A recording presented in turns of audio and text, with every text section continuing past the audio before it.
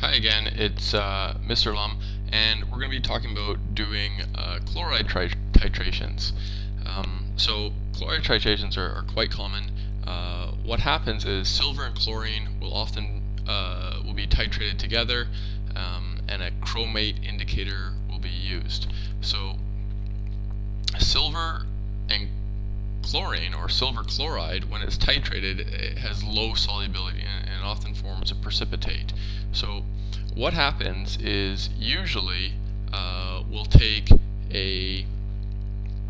have a titration, and I'll draw a picture of a titration setup right here.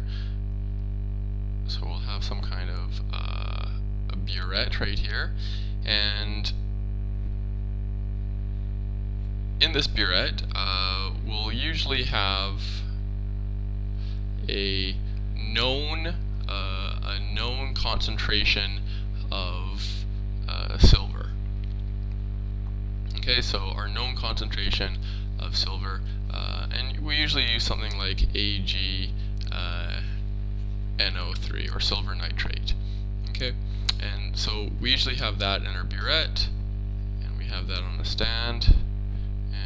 In here we have a beaker, and in this beaker we have a solution, and in this solution is our unknown chloride concentration. Okay, now what happens is when we titrate these two together, silver and chlorine will go into the solution and they'll form a precipitate, and it'll keep forming a precipitate. But we want to know how much chlorine was in this solution. So we want to know, when does it stop forming precipitate in there? Okay, when has it reached its when has it all precipitated out? Okay, and we don't want to add too much silver nitrate in there, because then we won't be able to determine the amount of chlorine that was in there. So what we use is we use a chromate indicator. Okay, so chromate is often put in here, but it isn't used for any kind of calculation purposes. It is in here just to use as an indicator because it turns orange. So what happens is silver will go into here, into this beaker, and fill it up and form a precipitate with chlorine, and then as soon as all of the chlorine is precipitated out, then chromate will start forming a precipitate with the silver.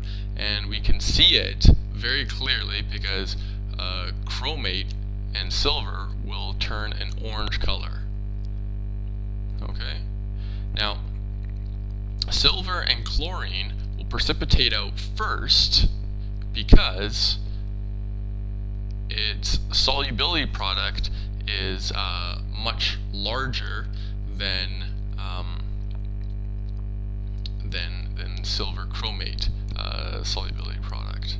Okay, so silver chloride is going to precipitate out first, and followed by, and when all of that is precipitated out, then silver chromate is going to precipitate out. Okay, so that's what we mean by chromate indicators. Now let's try to take a look at a problem and solve it.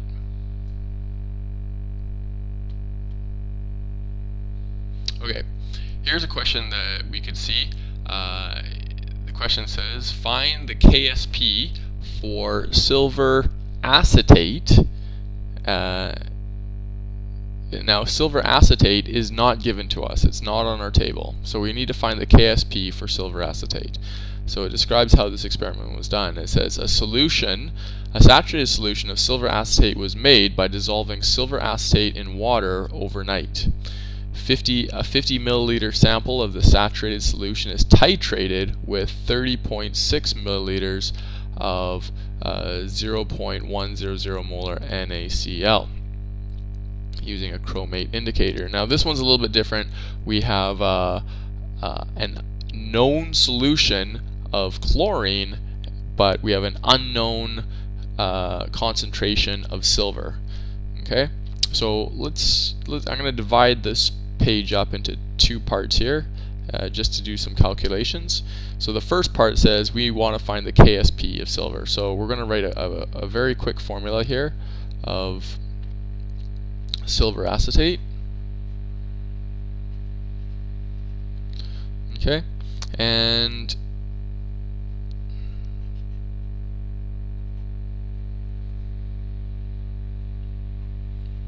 our acetate ion. Okay, now we know that our Ksp for silver acetate, so our Ksp is going to equal silver, the concentration of silver,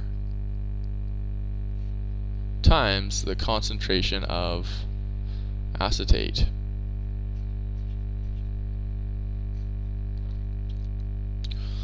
Okay, and that's as far as we can go with this one. We don't know the concentration of silver, and we don't know the concentration of acetate, and we don't know the Ksp. Okay, so that's as far as we can go with that calculation. Now, what it does say here, though, a 50 milliliter sample of the saturated solution is titrated with 30.6 milliliters of 0.1 molar NaCl. And using a chromate indicator. So this chromate indicator is just to tell us that we're doing a titration, but this chromate part is not going to be part of any of our calculations. Anyways, so what's happening here is silver is being titrated against chloride ions, and that, as we know, has a solubility, is low soluble, and makes silver chloride. Okay, now it's a 1:1 to 1 ratio. So we want to know the concentration of silver, because this concentration of silver is going to be the same as this concentration of silver. So if we can find the concentration of silver here, then we know this one over here, because we know that this one is this Ksp. If this dissolves, it is going to be, well, this is going to be, since it's a 1:1 to 1 ratio, this would be X, this would be X, and this would be X. So our Ksp on this side of the equation would just be X squared. Okay, but we still need to find X right here, and we can do it from this side. Now, what we see here is we're given 0.100 moles per liter of chloride ions. Okay, so this is 0.100 moles per liter of chloride ions. Now, this is going to be a 1:1 to 1 ratio right here. So we know if this is 0.1 molar NaCl, it's also going to be 0.1 molar just Cl minus. Okay. Now, we're going to multiply this by the amount of milliliters here in order to find the amount of moles of chloride.